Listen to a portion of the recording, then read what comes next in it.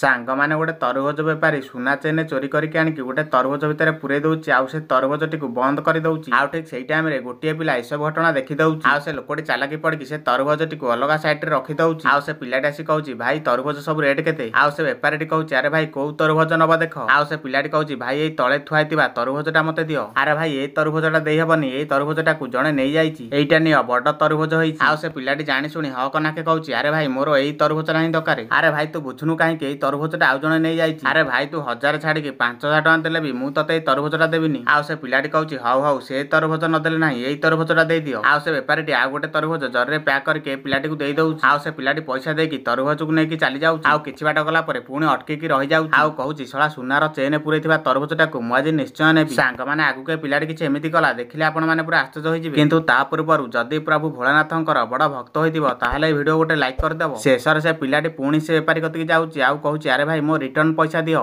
ଆଉ ସେ ବେପାରୀଟି ତା ରିଟର୍ନ ପଇସା ଦେଇ ଦଉଛି। ଆଉ ସେ ପିଲାଟି ସେ ବେପାରୀ ପଛକୁ ଯାଇକି ଅଟକିକି ରହିଯାଉଛି। ଆଉ ନେଇଥିବା ତରଭୁଜଟି ଥୋଇ ଦେଇକି ସେ ସୁନାର ଚେନ୍ ଥିବା ତରଭୁଜଟିକୁ ନେଇକି ପଳଉଛି।